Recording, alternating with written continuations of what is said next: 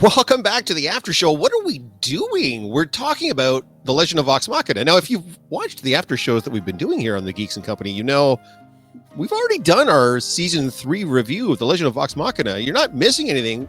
We haven't seen season 4 yet, but Megan and I, that Valkyrie girl that you can see here over here, joining me once again on the after show, decided that, hey, we really like this show. Why don't we go back and watch the first and the second season and do an after show about those episodes? Because we didn't do it for those episodes. We only did it for season 3. So here we are. Yeah.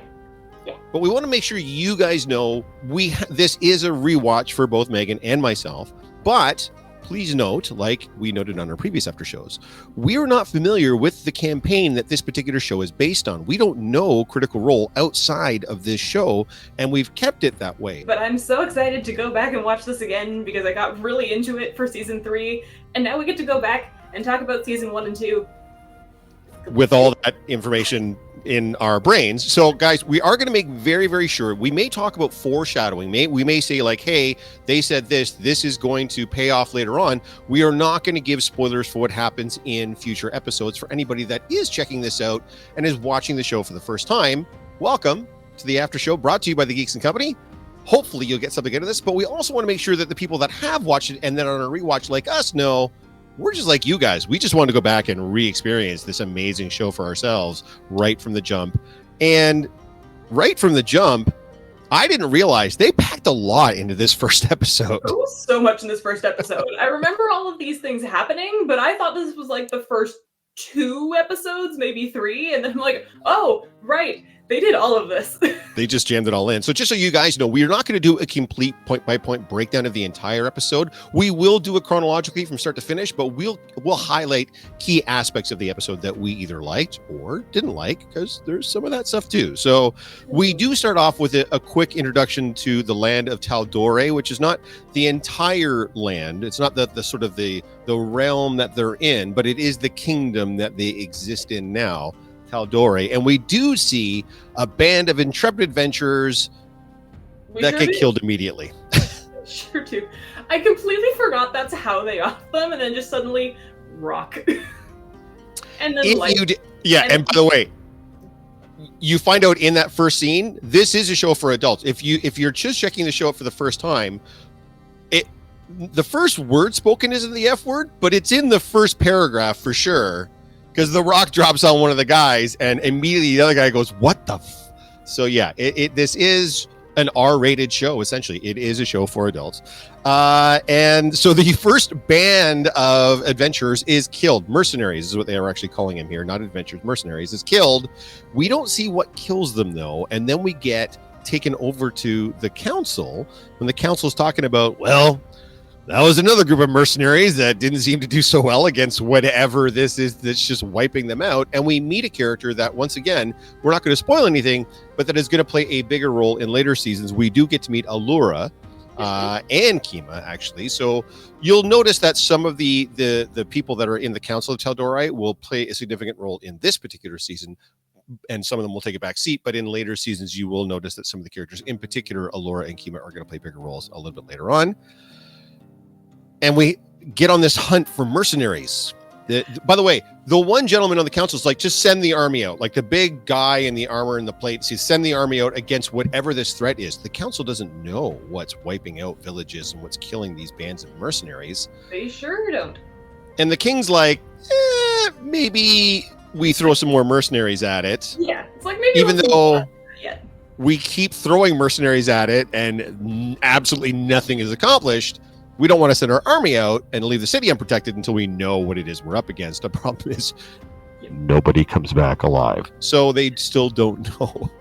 They're not exactly getting like info and recon. They send out groups and then they just all die. As you see in the first scene, very quickly too. Like there's very little. There's not much of a fight going on before these mercenary groups die. Now, if you were looking for a mercenary group, you're going to notice that this is how we meet our intrepid band of heroes. And they sure are something at this point. So we do get sort of the obligatory, they're in a bar. They seem to be sort of reveling for whatever reason. They're not mentioning any kind of a specific celebration, just that they're all drinking. And then, of course, they're in a bar and there's drinking and they're a band of Randy Misfits. So what has to happen, Megan? You need to have a bar fight. The obligatory bar fight, of course, happens. We do meet, by the way, pretty much all the players, including a certain armored bear. Yes, we do. We get Trinket, and Trinket doing things. So Trinket is the armored bear, I believe, essentially I don't know what you would call him, the familiar, the pet, the companion of Vex. And so he gets into this obligatory bar fight as well.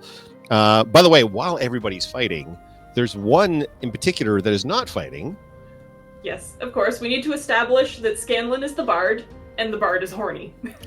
Because if you've played Dungeons & Dragons at all, which is clearly what this show is based on, the bards are always horny. And by the way, this is a trope that if you've watched The Witcher, the bard is horny. Apparently, music is the key for bards to get laid. That's the lesson being taught here, and they're not shy about it. Like, it's, again, this is an R-rated show. So there is a very naked girl in bed with Scanlan who's also naked, and things are transpiring as this fight is happening, to the point where they crash into Scanlan's room as he's getting laid, and Scanlan, without missing a beat, says, if you want to join in, you have to ask. It's pretty rude to just barge in like this. Yeah, you can't just break down the door.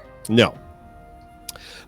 So in this case, they, of course, they're winning the fight, but then the bar patron's like, get out, pay for damages or get out. They get unceremoniously tossed out of the bar, which, based on what they next say, is like, oh, well, now we can't drink anywhere in the country of Iman, is where they're at, the town of Iman, because we've been thrown out of every single bar in the place.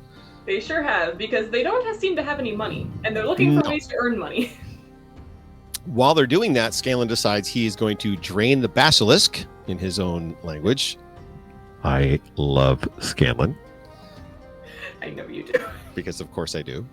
And he sees a notice for hiring a mercenaries, what we've been talking about with the Tal'Dorei Council. So he brings that to them, and they decide, well, hey, we're broke. We have no prospects. We have no job.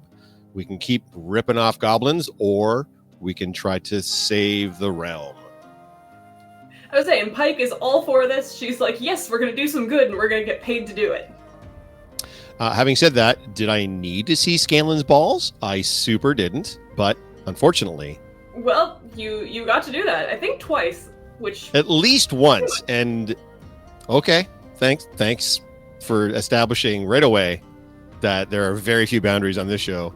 Now, in a trope that you might notice moving forward, not to really give away a huge spoiler, but Trinket is left behind when our intrepid heroes decide to go visit the council and apply for this mercenary position that they know nothing about, by the way. They don't know what's in store. Yep. So it begins with the guards stopping him at the door. Yes. Poor sad sitting down bear. Can't come in with the bear. The bear's got to stay out. Trinket then, yes, does look very sad as he sits. Entering the throne room, the Tal'Dorei Council is up on the plinth talking, and they do mention very quickly a place called Whitestone. It's not playing a key role now, but just keep that in your brains, constant viewers, because Whitestone is going to come up again quite often, and it's going to be a major plot thread moving forward. But it is not in this episode. Just keep that in mind. And I really love. There's a moment. So Vox Machina essentially introduces themselves, and there's some. The funny part here is it's very much a Jack Sparrow moment where it's one of those like, he must be the worst pirate I've ever heard of. He's like, but you have heard of me. It's very much everybody up on this plinth seems to know who Vox Machina is as they come in, and they collectively think they're dog shit. no one has anything nice to say about Vox Machina. But they have heard of them. That's right. So much like with Jack. So, but the king, by the way, what is it that the king keeps saying as to why he wants to hire them? The king, his whole reference point is like, I don't know. I really like that they have a bear. Who's not even in the room, by the way, but they mentioned that they had a bear. So, referenced in the song. In my favorite scene of this particular episode, Scanlan breaks out his lute and is going to sing essentially who Vox Machina is, and Vax echoes my thoughts exactly. He says something along the lines of, "Oh, here we go again." Like, yep. I was like, "Oh, bless you, Vax, bless you."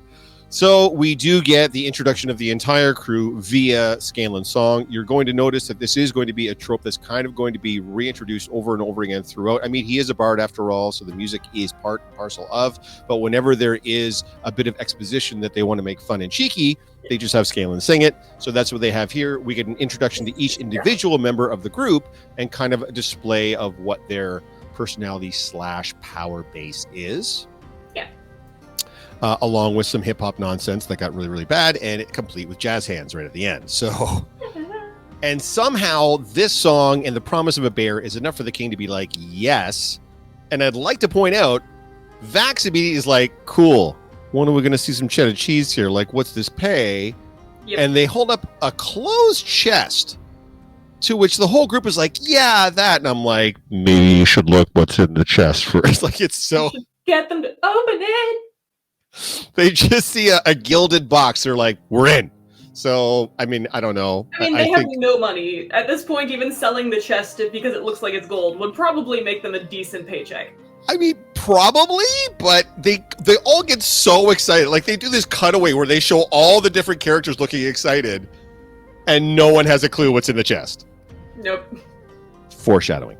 They get onto a flying boat. You're going to notice, again, as the series progresses, travel becomes a thing. They have to keep getting from one place to the next in whatever means they possibly can. In this case, they get a ride on this giant flying boat, which, to be fair, was really cool.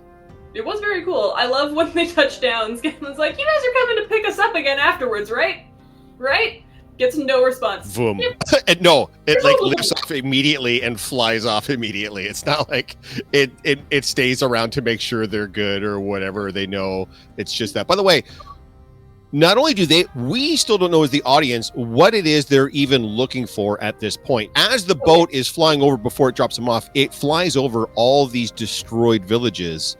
And Allura, who's sort of like managing the boat for them, is upfront with saying, if we don't figure out what this is and put a stop to it, like the kingdom is going to be threatened by this. This is obviously a big deal. And again, Vox Machina is just like, it'll be fine. Like they're just kind of blowing this off. They come upon a village, which looks like, and again, not to do any foreshadowing, but like we just flew over 3 very similar villages that have all been destroyed. And now this is sort of like the last village before they get to wherever this thing was seen last, which they still don't know what it is. And as they're walking through the villagers are there. They're like, oh, you're here to save us. Thank you so much. And a family comes out and is like, hey, can you put a blessing on our house? And then Pike does that. And we find out Pike's a shit priest. Yep. She's just not great.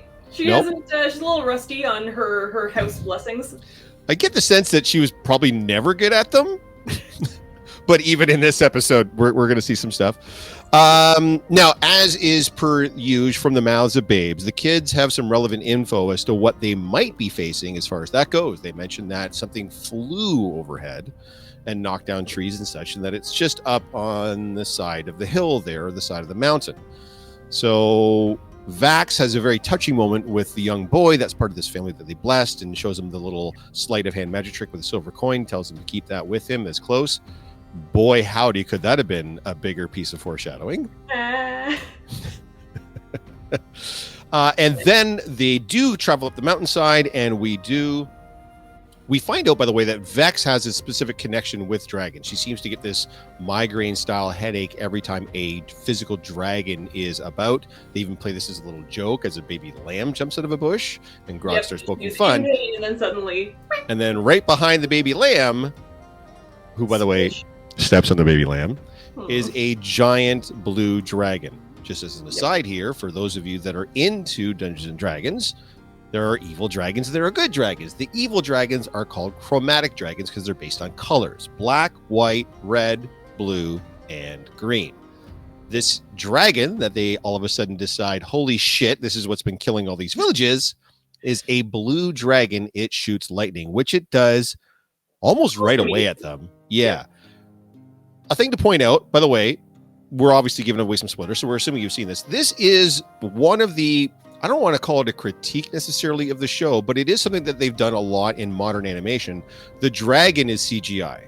The rest of the shows and characters and lands and backgrounds are all classic style animation. I'm sure there's quite a bit of computer help happening there, but the dragon is pure like Pixar level CGI, which to me, I remember the first time I saw that, and it looked so out of place, and it never stops looking out of place. No, it kind of like, yep, the dragons just look weird. Yeah, it kind of takes you out. And I'm sure part of that is meant for that. It's meant to have the dragons look almost like they're in a different, not part of reality, but they have a difference to them as opposed to all the other creatures and surroundings around them. But at first glance, I had forgotten how jarring it was in this first episode, how CGI the dragon looked compared to the classic style animation of everybody else in the episode. So I'm not really sure. It was rough. What that was about. Anyways, so everybody decides to sort of start obviously like dodging and fighting the dragon. And we do find out during this discourse that Vex gives a piece of the backstory as to why she's getting these headaches. She mentions that her mother was killed, her and Vax's mother, because they're twins, was killed by a dragon when they were young. And so whenever a dragon is near, she gets this headache thing that she can sense it. She made it sound like she did some sort of like a ritual or study or something, and that's why it happens. They don't really expand on that, I don't think, at any point. It's just a thing that she can do. It's just a thing that she can do. It happens to her. Yes. Well, something we should point out, by the way, as far as the foreshadowing goes, while they were talking to the Council of Tal'Dorei earlier in the episode, she does get that same little twingy headache as she's looking at the entire council. We should point out one of the guys on the council is an evil-looking piece of shit. She's clearly looking at that dude when her migraine-y thing goes off. He's glaring down at her. That's right. And I think he was the first ones too to be like, just don't. These guys suck. We don't want these guys. Yeah. Grog gets rather messed up almost in a hurry. By the way, the whole group has been like, we're not fighting a dragon, and Grog's like, the fuck we're not, and runs right at the dragon and immediately gets smashed. Most of the group takes an absolute shit kicking the whole time. They're never really in the fight at all. This literally looks like level 1 characters trying to fight an actual full-grown dragon, which is probably what it was. But Pike is able to actually heal Grog. Grog ends up with this huge gash in the side, able to heal him. Let's go. Is like, does that look bad? Blood just gushing from his wound. So essentially, nobody dies, spoiler alert, but the dragon essentially hands them their lunch and collapses half of the mountainside on top of them. While this is going on, Keyleth is having a full-on panic attack. She can't believe that this is actually happening. She's freaking out, but she does find a way to, at the very last minute, save them from all this falling rock that the dragon drops on their heads by creating some branches and such. We're going to learn as the show progresses, Keyleth is not one to be messed with, because she is... Well, I would say, at the moment, she's super not helpful.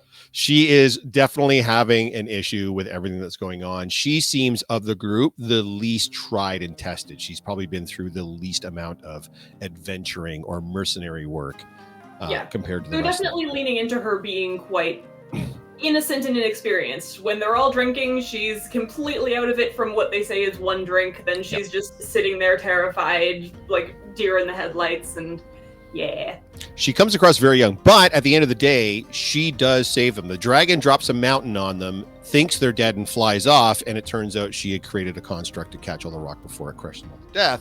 And then the group is like, well, fuck this, we're not killing a dragon. Now, a couple of them, Pike in particular, does kind of put up a bit of an argument, like, guys, like, the dragon's killing all these villages, like, we can't just like walk away. And someone mentions about honor or whatever, but then like even Vex pipes up at that point, like, this is beyond it. We can't kill a dragon. Did you see what just happened? Like, hi, we don't know how to do this.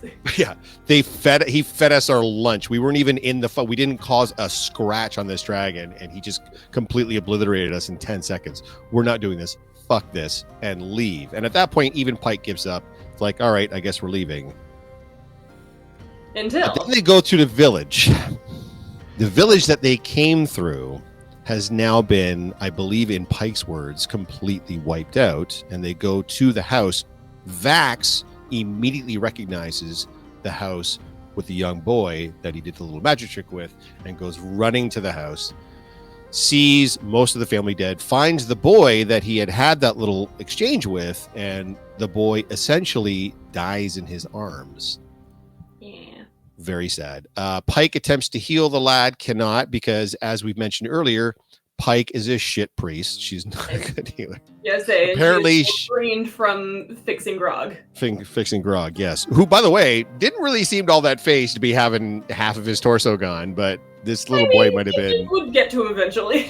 Eventually, but as we have seen in previous, Pike is a shit priest. But these were the kids. This was the family that asked for the blessing on their house, and these are the kids that had given Vox Machina the relevant info that it was a flying creature that had done that, and now they are all, and not they died off screen, but then we see them all kinds of dead right there. So, yep, it is it's a sad way to end the episode, but at least it gives us a sense of what the stakes are. Yep, and it gives that full motivation, because by the time that scene ends, every single one of them is like, well, we're killing a dragon. Yeah. Scanlan starts to tune up the loot, and Vax is like, what are you doing? Like, we're standing in a dead village in this house, whatever. What are you doing? He's like, I'm thinking of a line that rhymes with dead dragon, because it looks like we're going to have to kill one. So, and by then, yeah, they're all in. So it's sad that it took, by the way, guys, just so we're clear, I love this show, and I love all the characters of the show. Vox Machina, especially the beginning, not fantastic people. Because they're terrible people at this point, for the most part. At least Keyleth was like one other person in the group, or just themselves. Yeah, at least Keyleth was like, I'm terrified, but now we have to do this. But for everybody else, yeah, it took a village of people that they had met on the way in getting wiped out for them to be like, well, shit, I guess we better stay to our word and keep with the contract and kill this motherfucking dragon. So that is episode 1. It sure is. Megan's right. I was surprised how much they've jammed into the 27 minutes that this episode was. But I mean, they wanted to make sure that they set everything up. They got the world at least somewhat built for you to see. They wanted to introduce the intrepid band of characters that we're going to be with now for the rest of the series. And they wanted to give you what the main plot through point is for this first season, which this big bad blue dragon. So, Megan, is there anything else from this episode that you specifically saw that you wanted to mention other than Trinket before we get out of here today? I think that was everything. I would say we got some Trinket action. He was able to actually be helpful. I really appreciated that they got as much into this story as they did. From what I remembered, trying to think back on the episode before we went back to watch it, I thought that it ended when they pulled up the notice board thing, and then going to the castle was like episode 2, because I watched them all, I think I watched the first 6 episodes in one sitting, so they all just blurred together. Fair, yeah. You had mentioned this all happens in the first episode. I'm like, I know. Yep. Because yeah, guys. By the way, the pacing of this episode is pretty extraordinary. This is not what you're going to see moving forward. They are going to start. Side quests will be happening. It's not just going to be like balls to the wall action every single time. We're going to get to know the world. We're going to get to know these individual characters, and they will have certain specific moments for each of the characters throughout this first season, guys. Thank you so much for joining us again here on the After Show. We hope that you're also on a rewatch of The Legend of Vox Machina, or you're checking it out for the first time.